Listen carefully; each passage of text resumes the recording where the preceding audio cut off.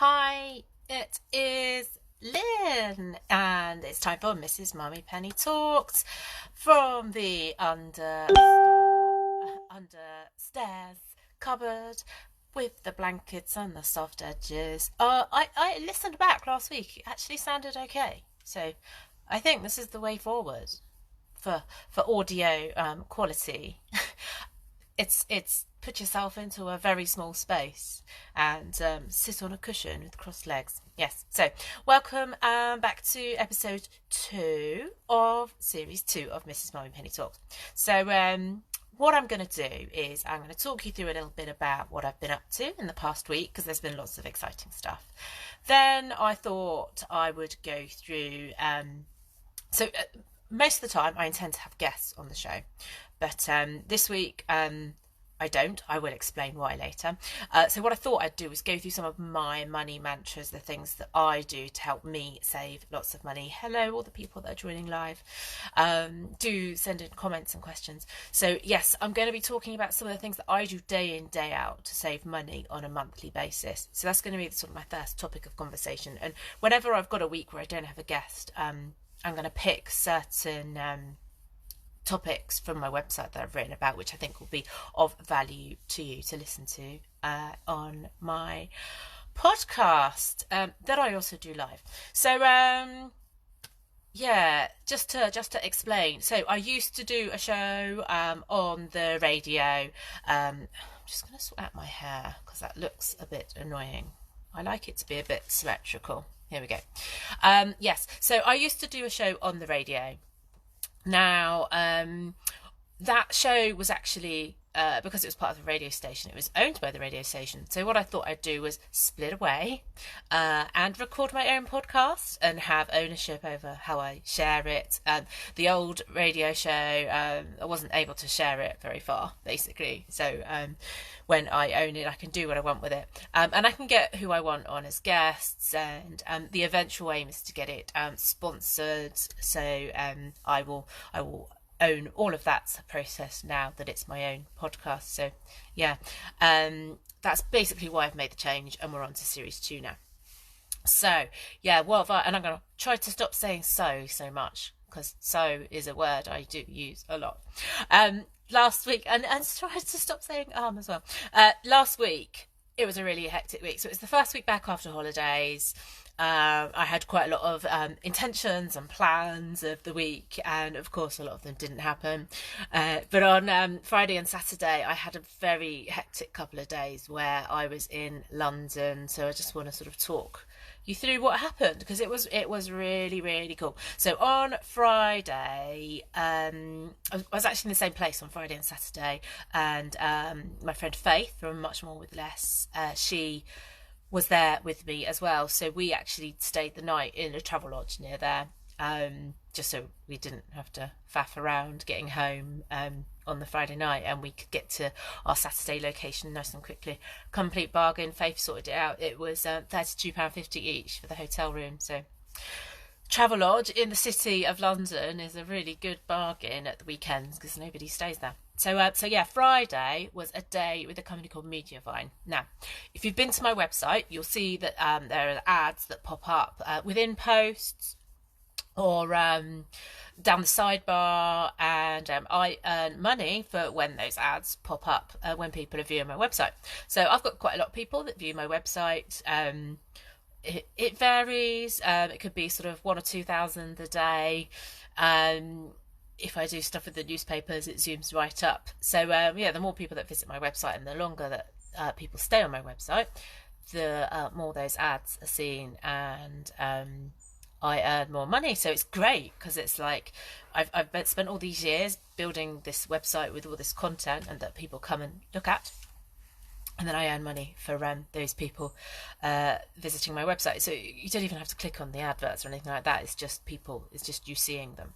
So it was a workshop held by Mediavine, just to help us to optimize our websites, to make them look nice, to be fast, and to give my readers what they want to see. So that was really, really great. Met some really interesting people.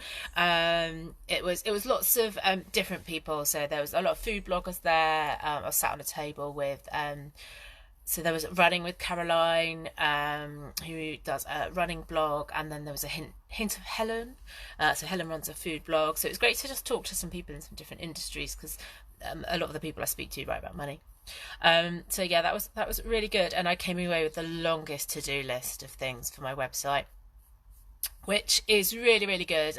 Spent some time yesterday jotting it all down, but yeah, it's going to make a really big change to my website, and the great thing about it is it means that my website's going to look better. It's going to be much faster, because I've got a bit of a problem with a slow website at the moment, so it'll be great for everybody that comes and reads all the content on it. So that was Friday. Then on Saturday it was the annual Show Me the Money Bloggers Day. So every year Andy Webb from Be Clever with My Cash does this big conference, and I cannot imagine the amount of work that goes into putting this conference together. It is, it's a day of learning. So there were lots of people doing talks, and I was one of those people that did a talk. There are lots of brands there, so you can speak to them about maybe doing some work with them. There is lots of nice food. There is an award show at the end of the day, so we all get to see who's the best blogs for all sorts of things, and we just get to see each other face to face, because a lot of the time we just talk to each other online. So it was a really, really good event.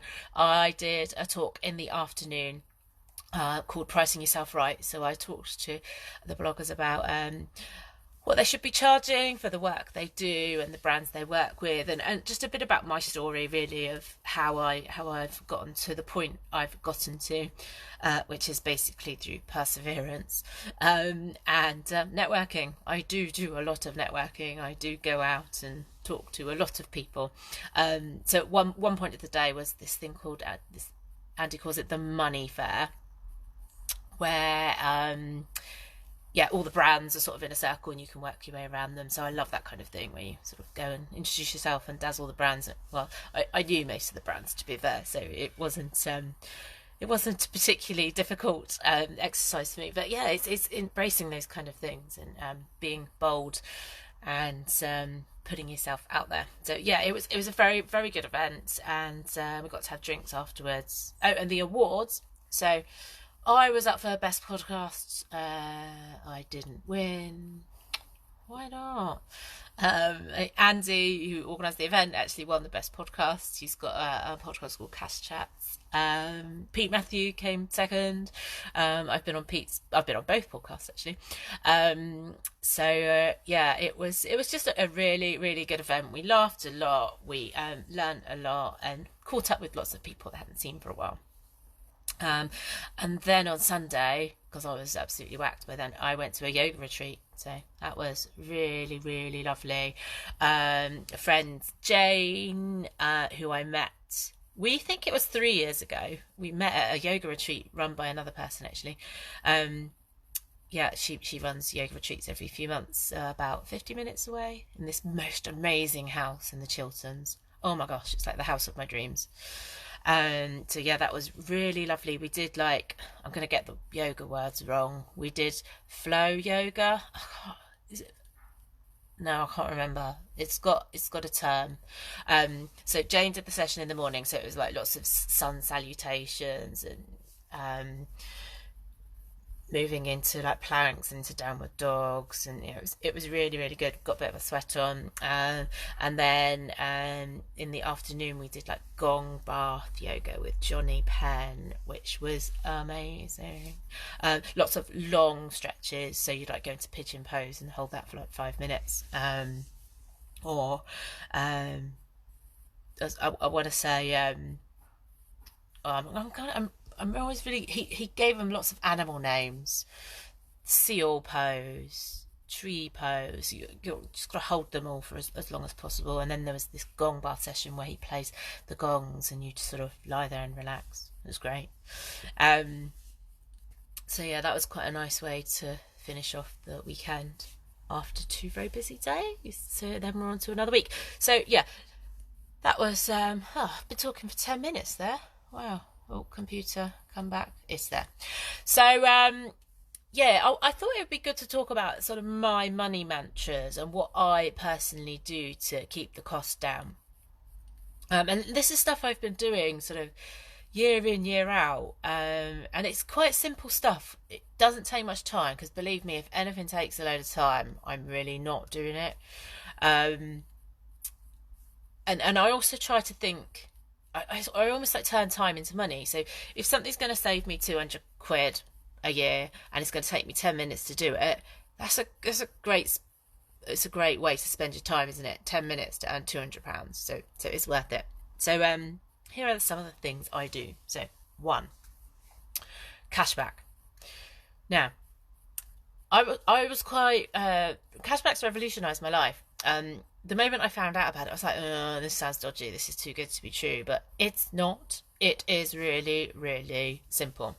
So whenever you buy anything online, anything, so travel insurance, holidays, flower deliveries, clothing purchases, even Domino's pizza, all these things that you buy online, you can buy it via a cashback site. Now, I personally use Top Cashback. There are others. Quidco is another big one, but I really like Top Cashback because they seem to pay out more cashback. So I'll give you an example. So I just booked some travel insurance before I went to Corsica. Now I booked a policy. I did an annual policy for me and for the 3 boys, and the policy, so they've got like a comparison site on there. So I went and found a deal with a reputable company. I think it was like £50 for the annual travel policy. And then there was a £6 cashback offer as well. So you buy the policy for £50 and then you get a £6 cashback payment, which sort of builds up in your cashback account over time. Now, I could go and have a look to see how much cash I've got sat in my cashback account. But when you've got, well, however much is in there, you could just transfer it out into your bank account. So it's just like getting an extra discount for purchasing an item, or you can turn them into vouchers for a shop and get a little bit of a boost. So I know that I need to get the boys want bikes for their birthdays in October and November, so I'm turning my cashback stuff I'm building up into Halfords vouchers, where you get an extra 5% bonus. So yeah, you use it for any online purchases. What have I used it for so far this year? So switching my broadband, I got £120 cashback switching over to Virgin. That was a really good one. Switching your mobile phones, you can do it all via Top Cashback, and it's literally like companies have like this referral payment that they will give out to websites for referring them. All Top Cashback does is passes that referral payment onto you as the customer for making the purchase. So it is free money. I know the Virgin deal that I signed up to, which was £35 a month. It was £35 per month on the website, or it was £35 per month via Top Cashback plus £120 cashback. So it was £120 for free.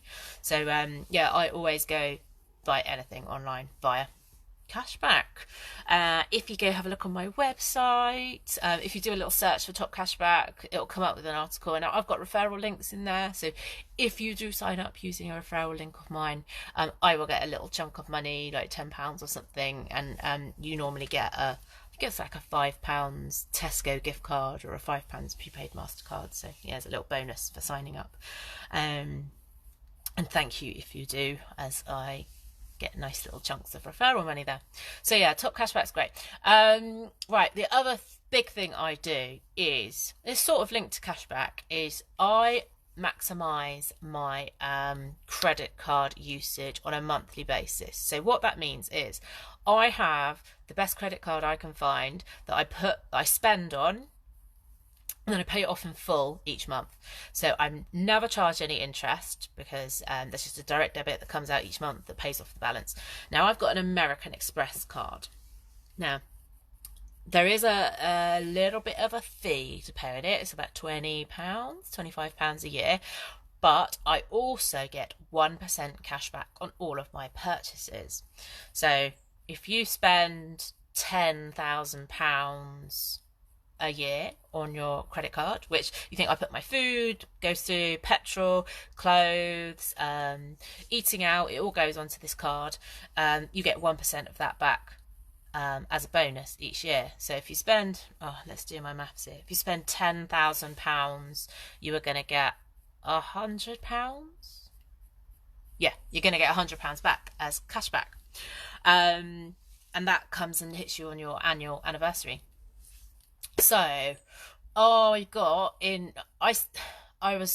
put through everything onto my American Express card, so holidays and stuff go on there, and I think I got about £250 worth of cashback in April and it goes as a credit onto your bill. So that's really good. And there is, of course, a bonus for signing up. I think you get a £25 bonus for signing up, a cashback bonus that sets off your account. And if you again use the referral that sat my referral from my account, I get a £25 bonus as well. Again, go to my website, type in American Express, and you'll find those links. You just have to make sure that you are controlled with it and that you absolutely pay it off in full each month, because the interest charges, if you don't, are just too high to even consider. They're like 19% a month, so just make sure it's paid off in full. But I just really like the idea of maximising credit cards and getting free money off them each year. There are others that do it, I'm sure, but the American Express is the best one I've found. So then, it's painful, but be efficient with your monthly bills that you pay for. Make sure you've got the best deal for everything possible, and most likely you're going to have to switch them each year, because I don't trust any of these companies to give you a good deal beyond the end of your year's contracts. I've worked for a few of them, so I worked for EE, mobile phone contract, and the moment you go beyond your contract, you're paying too much for your phone. So you must always switch your contract every 2 years, or go into the store and switch to a different deal, but don't let the same contract just go on. So yeah, I switch everything as soon as I possibly can. So I don't with my mobile phone, actually, because I used to work at EE. I get a discount on my account, so I pretty much know I've got the best deal going. But I still pop into store every 18 months, 2 years to check that I'm paying the least I can for my phone and my watch. I've teched up on my Samsung goods. So yeah, energy, absolutely check it every year and switch it. There are lots of services you can use now that check it for you. In fact, I was recording a podcast yesterday with a company called Happy Place, where you can connect all your different sort of bills in one place, and they'll tell you when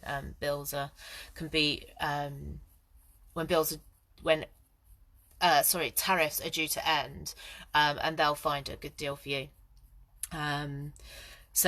Yeah, my energy does get switched each year, or I didn't switch it this year because Octopus was still really good value.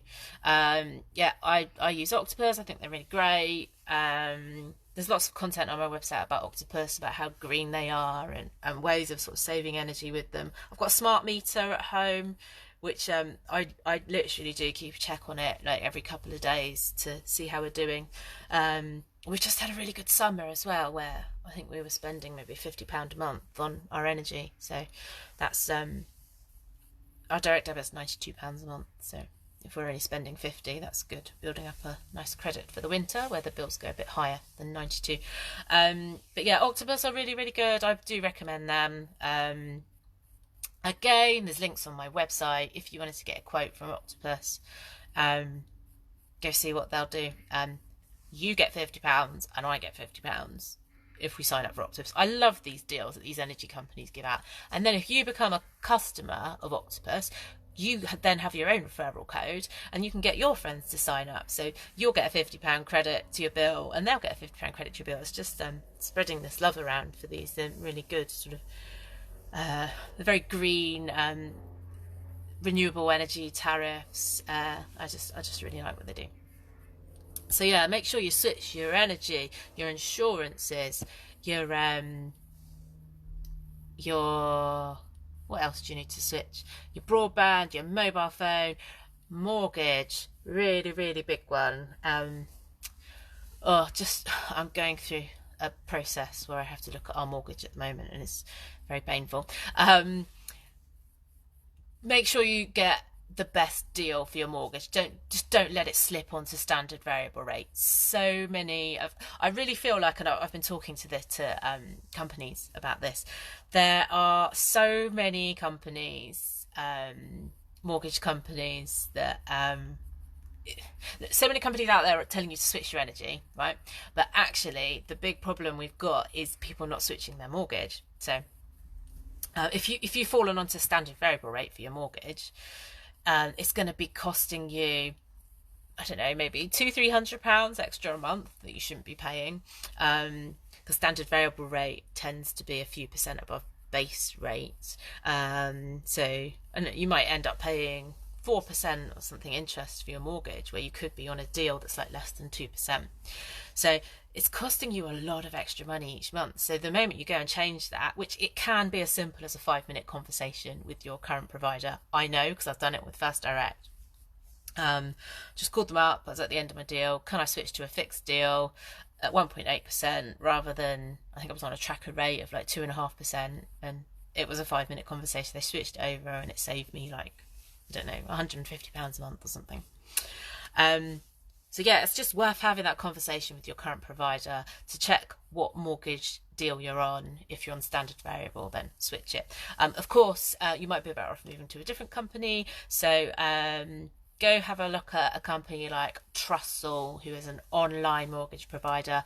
I'm going to be doing some work with them because they are a brilliant company at campaigning for self-employed people to get mortgages. I am self-employed. It's really hard to get a mortgage. I can absolutely afford to pay a mortgage, but getting the amount I need is just really hard because it's God, how do I? You can be employed and work for 3 months, and you just have to show 3 months' pay slips, and you can get a mortgage 5 times your gross salary, like that. When you're self-employed, it takes your profits into account. Yeah, it's a lot more complicated, and they take the last 2 years, which are actually from sort of 3 years ago in retrospect. And if you work for a company that's growing quite fast, as my company is doing, anyway, I'm struggling to get a mortgage for my next house purchase, but I'm doing some work with the company to try and change this, and they're lobbying the government and the banks to try and change the rules. So yeah, it's exciting times. So yes, mortgage is the biggest thing you can change to make a difference to your monthly budget. So yeah, those are pretty much the rules I stick to with my monthly bills. So I've not even touched on food. I think I'll save food for another week, because as you will know if you read my blog, I do lots of work with Aldi, and you could save an absolute fortune. I mean it, switching from one of the big supermarkets to Aldi, or I was going to say the other brand. No, because I work with Aldi. Yeah, I think they're amazing. So I remember many years ago I switched my shopping from Tesco's to Aldi and saved £40 a week. Multiply that all through, that's more than £2,000 a year saved on food. So yeah, lots of ways you can do to save money on a monthly basis. Right, I've been talking for 24 minutes. I remember back in the day when I first started doing my podcast, I thought there's no way I could talk for 25 minutes, 30 minutes in a row. Yeah, you can, quite easily. So yeah, thank you for listening. What I'm going to do much better this week is I'm going to record the audio and get it out there on... I'm going to use Libsyn, which then distributes the podcast across all the iTunes, Spotify, all the different ways of getting a podcast around. So that should get more and more people listening to it. So that's exciting. And this video also goes onto YouTube.